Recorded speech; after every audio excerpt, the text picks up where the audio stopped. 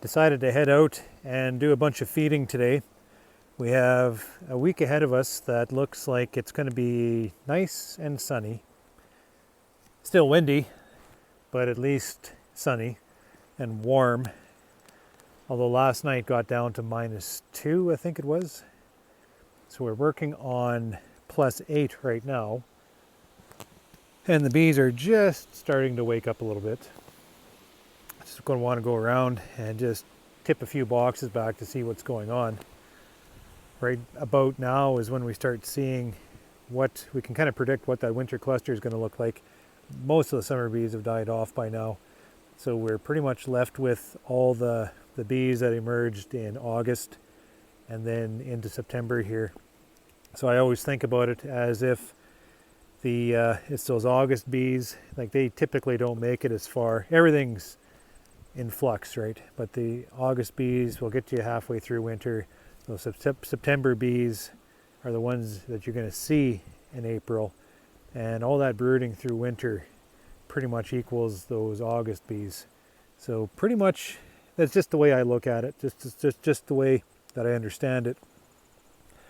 And so I'm looking, when I tip back these colonies, I can pretty much think to myself, this is what I'm going to see as these hives, work their way through winter. There's sure a lot that goes on within a nest. What we're doing is we're bulk feeding them, so we're just dumping the syrup into them. We have these little 1 gallon pails. So one thing I like about them is they don't drip, right? But to be able to get the bulk of the feed into the colonies, we're feeding open syrup. So we 1, 2, 3 open feeders.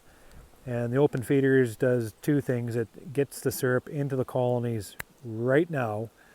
And it also, by having the surface area, there's hardly any fighting and hardly any bee loss. So we're dumping it into them with the open feeders, these gallon pails, just to top them up a little bit. And then we'll come back around and just continue topping them up with these gallon pails.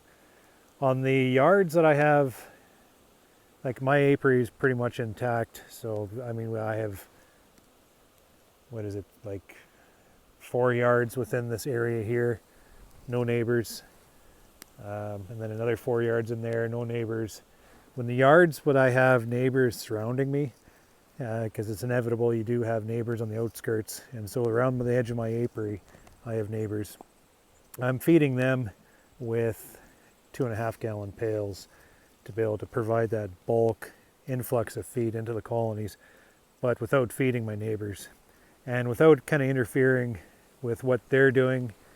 And I don't want their bees in here and I don't want my bees over there. So, when you're in between neighbors where you're within the foraging distance, it's nice to be able to keep the feeding regime to ourselves. So I'm going to tip back a couple here because I'm just curious on what they look like. I don't have my smoke with me, but I don't know, maybe we'll need it. We'll see. They're sure glued down here.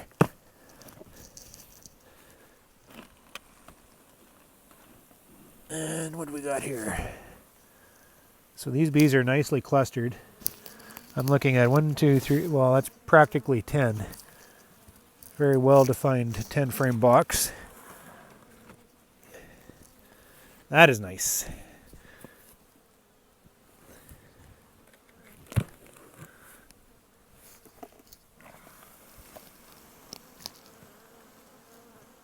Eight to 10 frames there. These bees are definitely in cluster. But I guess -2 does that. What should I pick here? Let's pick on this guy. I should pick one that's easy to see in the sun. Hard to see bees in shadows. Okay, let's pick on this guy.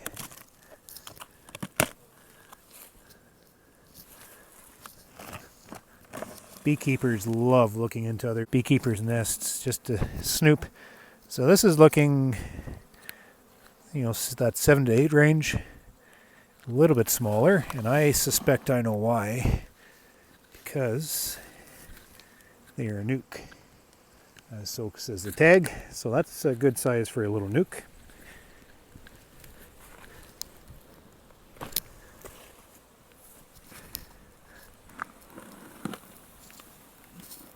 Another box of bees.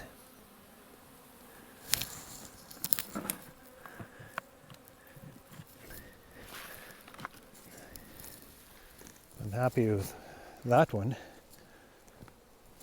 And I'll pick on two more just out of curiosity's sake.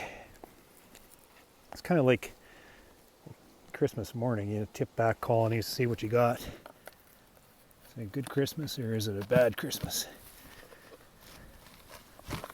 Ooh, this is going to be a good Christmas. I love it when you tip back a colony and they just drip bees from inside the frames. These colonies have a fair bit of weight to them yet.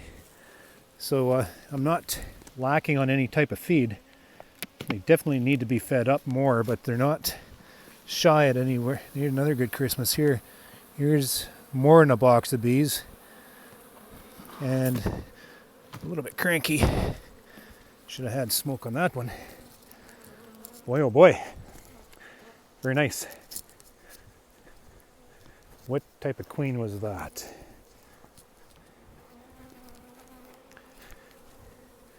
So this one is a 2017. Carrie codes them all, so she kind of keeps track of all my breeders. She knows what that means. I don't. When we choose next year's breeder, she pays attention to that, just to try to provide a good spectrum of the breeders we provide, just so they're not all the same from the same line. And this one here, this box of bees, last year's queen, 2019.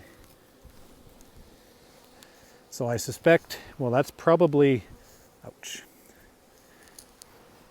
Last year's queen, I bet you she's in there. That's 17, I bet you that's been superseded. And I bet you there's a new queen running that nest. These bees look fantastic. So what we're doing is we're just dropping some pails on and dropping some syrup down. And that's going to be our day.